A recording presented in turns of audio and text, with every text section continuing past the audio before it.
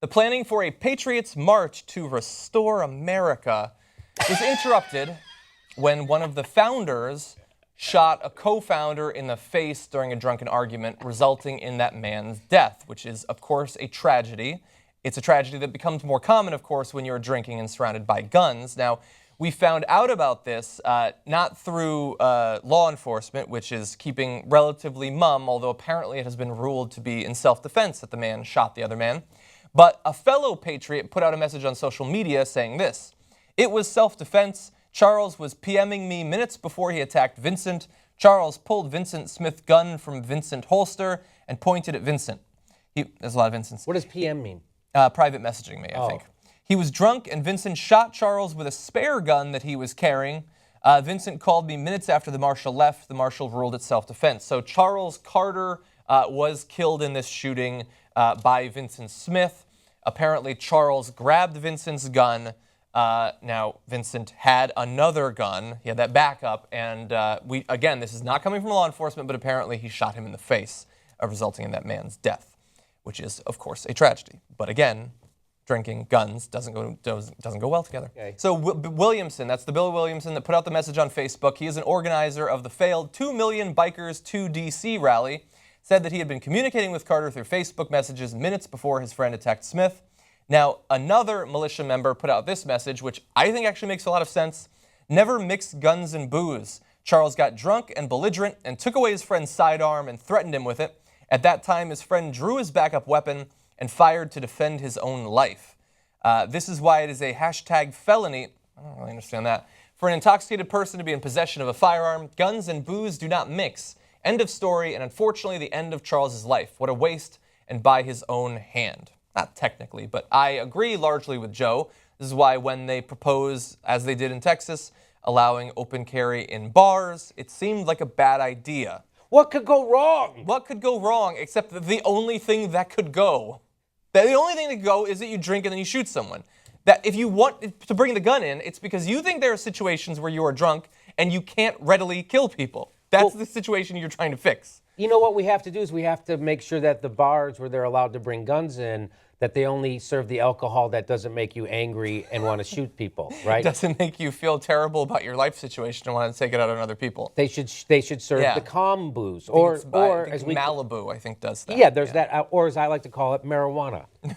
Exactly. If they have that's the only place you should be allowed to carry a gun, because you know what they would do with that gun in a marijuana bar? They'd put some weed in there and smoke out of it. Yeah. I'm sure there are people doing that right now. I'm going to think about I just thought of it, and I'm going to go home. You're going to make a gun bong? First of all, I'm so nervous. They'd regulate that.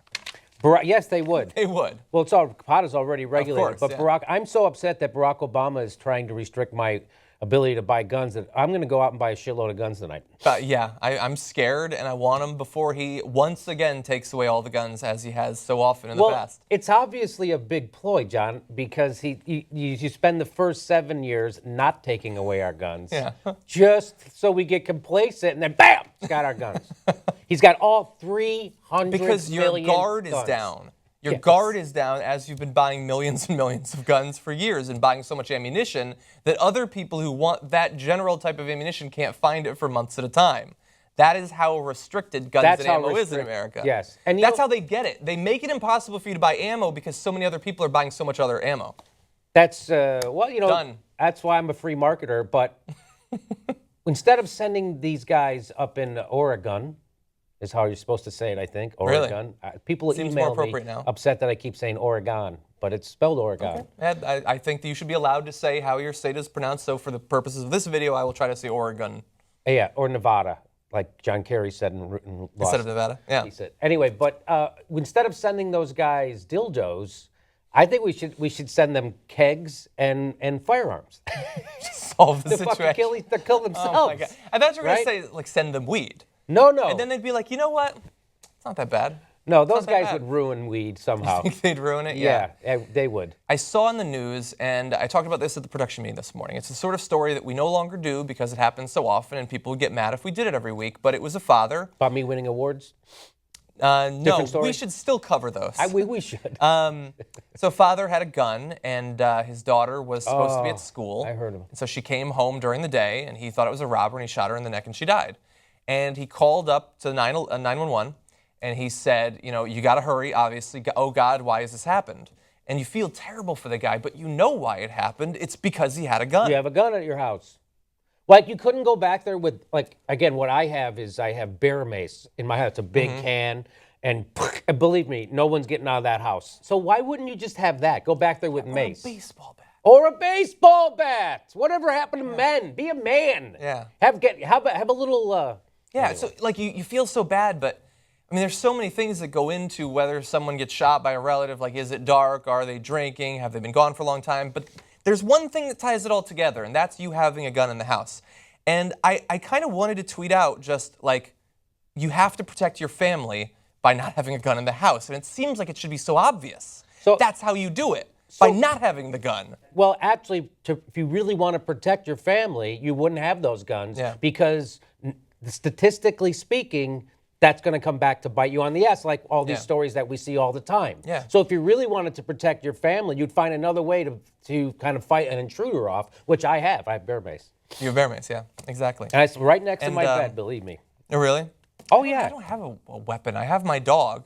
It's because you're... Now, technically he's a Chihuahua, but he is a mix, so he's a little bit bigger than a normal Chihuahua. Oh, so boy. He can defend me. I have a Pinwawa, so it's a mini pinscher. Pinwawa? Yeah. That does sound intimidating. Oh, I like mini pinchers. He's nice. And you know what he does? He goes up to the biggest motherfucker and bites him right in the balls. And that's how you win. That's how you win. That's how and if he's not there, you do it for him. That's right. Yeah. That's what I learned in the joint.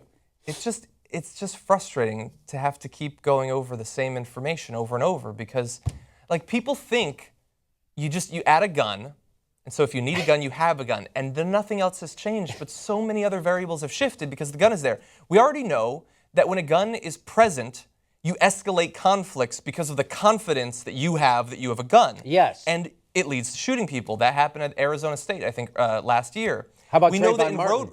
Exactly. That could have just not had a death. Yeah. But it did because the gun was there. Like when we say that, like, they say people kill people, not guns kill people, but people with guns kill people. That's who does it.